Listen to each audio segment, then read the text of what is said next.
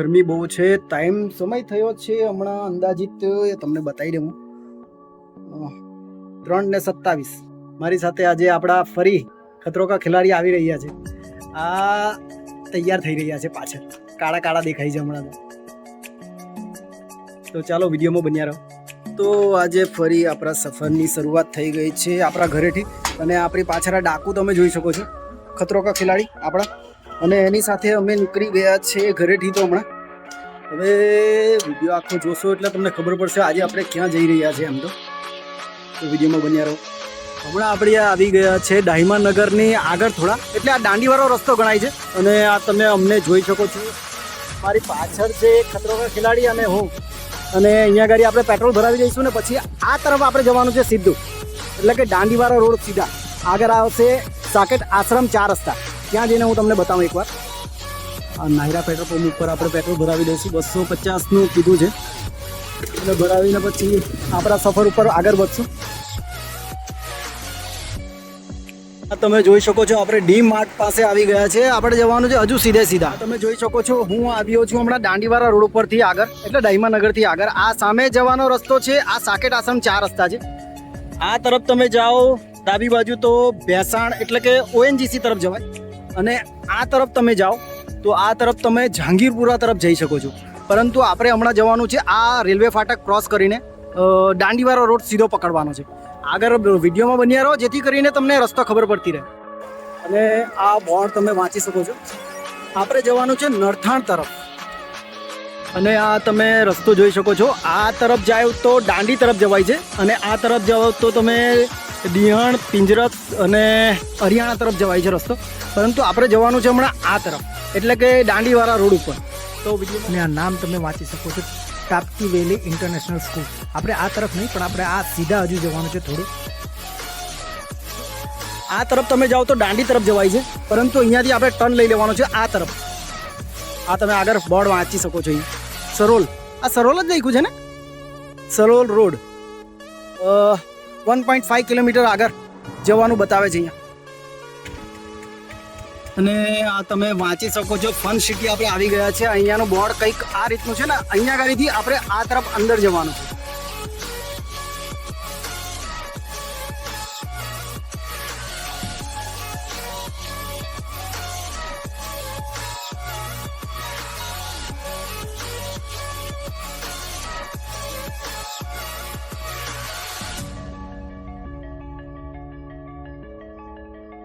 આ તમે જોઈ શકો છો ભવ્ય પાર્કિંગ, અહીંયા તમે ગાડીનું કરી શકો છો.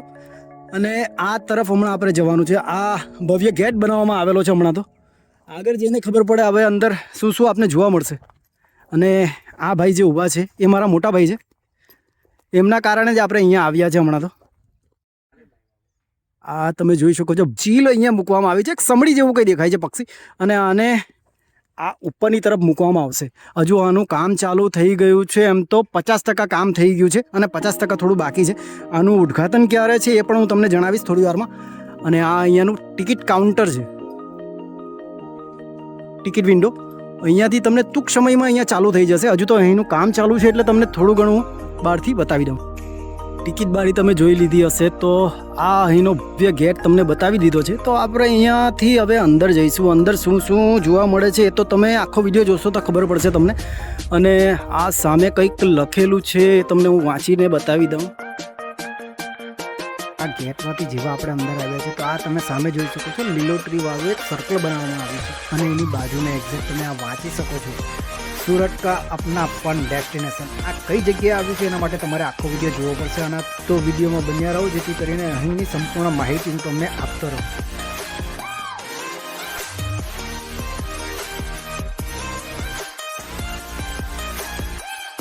અંદર પ્રવેશતા ડાબી તરફ તમે જેવા આગળ વધશો તો અહીંયા આ મોટો ફાઉન્ટેન જોવા મળશે, જે ટૂંક સમયમાં અહીં ચાલુ થઈ જશે.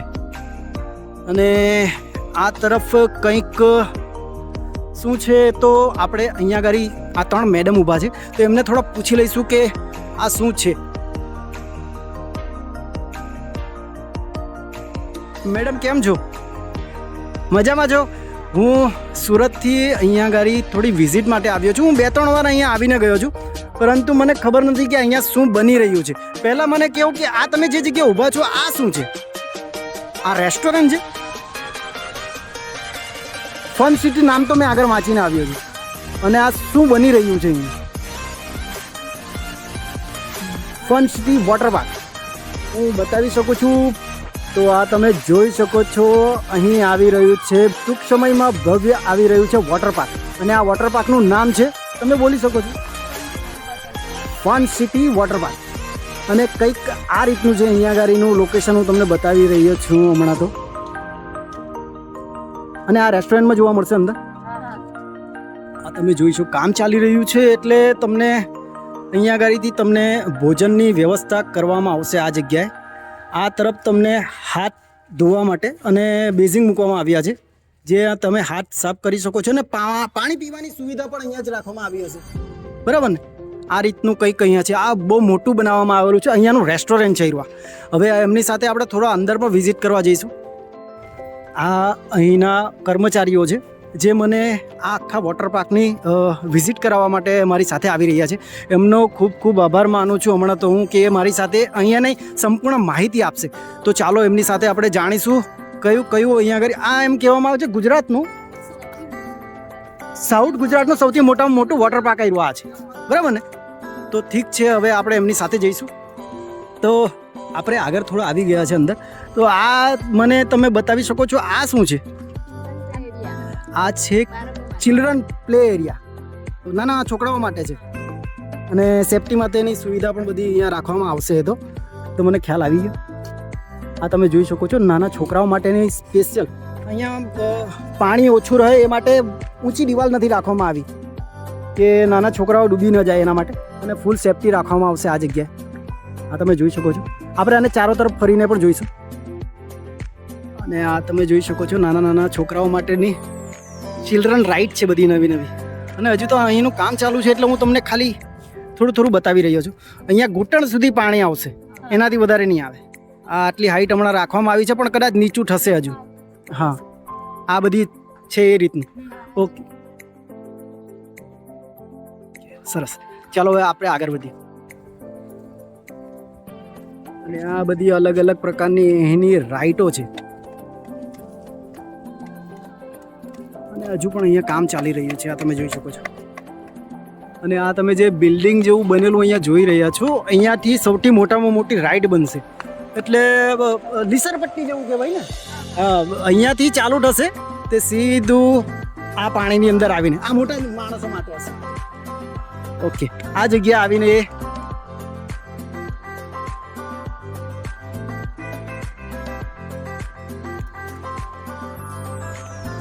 સૌથી મોટામાં મોટું અહીંયા આગળ આ જ લાગે છે. આનાથી મોટી રાઈટો છે. આ પાછળનો ભાગ તો આપણે બતાવી દીધો. આ તમે શું કહેતા હતા? ઉપરથી અહીંયા આગળ સીધા રાઈટ અહીંયા ઉતરશે. અને આ તરફ શું છે? વેવ પુલ. ઓકે, વેવ પુલ આ તરફ છે. હજુ એનું કામ ચાલી રહ્યું છે, તમને બતાવી રહ્યું છું. 50% તો કામ થઈ ગયું છે. અને આ તરફ શું છે? Rain dance. ઓકે, પેલા ફુવારા નીકળે ને એની ઉપર નાચવાનું. ઓકે ઓકે ઓકે, એ આ તરફ છે. અંદર જઈને હું તો થોડું ઘણું હું તમને બતાવી દઉં. હા, અહીંયા આગળ ડીજે લાગેલું હશે, ઉપરથી પાણી પડશે અને અહીંયા આપણે ડાન્સિંગ કરશું. તો ટૂંક સમયમાં હું અહીંયા તમને લઈને ફરી આવીશ એકવાર. તો આ વિડીયોમાં જોતા રહો. જે રાઈડ હું અહીંયા આગળ તમને બતાવી રહ્યો છું, આ ખૂબ જરૂરી છે તમારા માટે જોવા માટે. અને આ બિલ્ડિંગ શાની છે? ને આ તમે જોઈ શકો છો, આ છે મોતનો કૂવો એમ કહેવામાં આવે છે રાઈડને. અહીંયાથી આ બધા પાઇપને એક પછી એક જોડવામાં આવે છે અને ઉપરથી રાઉન્ડ ફરતા છેલ્લે આમાં એ પાઇપનો અંત થાય. એટલે અહીંયા આગળ પાણી થોડું ભરેલું રહે છે અને અહીંયાથી લોકો બહાર નીકળે છે. એ રીતનું કંઈ અહીંયાનું મોતનો કૂવો કહેવામાં આવે છે. ચાલો બીજું હવે મને શું બતાવશો અહીંયા તમે?